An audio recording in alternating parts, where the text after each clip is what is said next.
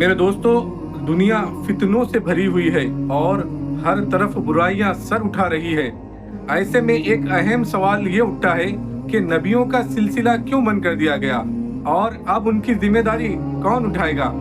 اسی عنوان کو لے کر حضرت مولانا صلاح الدین سیفی نقشبندی صاحب دامت برکاتہم نے اس بیان کلپ کے اندر بہت ہی اہم باتیں بتلائی ہے۔ آئیے اس پورے بیان کو ہم حضرت ہی کے زبانی سنتے ہیں۔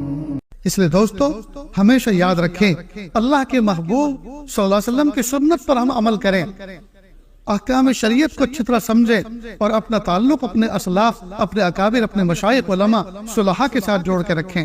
جس زمانے میں انسان تھوڑے سے تھے اور ان کے مسائل اور پرابلم بھی تھوڑی سی تھی، اس زمانے میں دو نبی آیا کرتے تھے، اور جب کہ انسانوں کا وجود بڑھ گیا، پرابلم بڑھ گئے، پریشانیاں بڑھ گئی، اب پورے دنیا میں ایک نبی بھی نہیں۔ عقل تو یہ چاہتی ہے شہر جودھ پور میں 3 اور 4 نبی ہونے چاہیے، اس لیے کہ تعداد بڑی ہوئی۔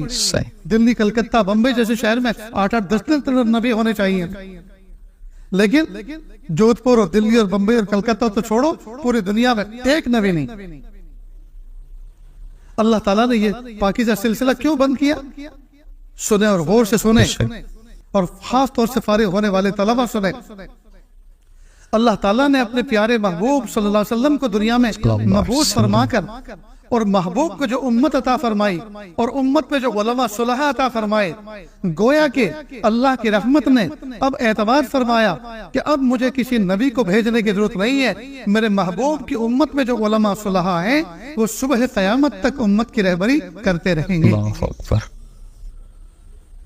لہذا دنیا کے اندر جہاں بھی کوئی فتنہ کھڑا ہوتا ہے اور دنیا کے اندر جہاں بھی کوئی اس قسم کی چیز ہوتی ہے، رونما ہوتی ہے، اکابر مشائخ فوراً اس پر سر جوڑ کے بیٹھتے ہیں، دعائیں کرتے ہیں، اللہ تعالیٰ سے دعائیں کرتے ہیں، اس کی تدبیریں کرتے ہیں، اور اللہ تعالیٰ اس فتنے کے مقابلے کے لیے افراد کھڑے کر دیتے ہیں۔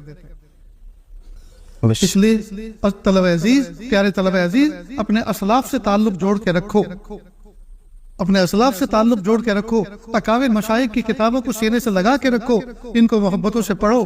افسوس کی بات ہے امت نے کتابیں پڑھنا چھوڑ دیا ہے۔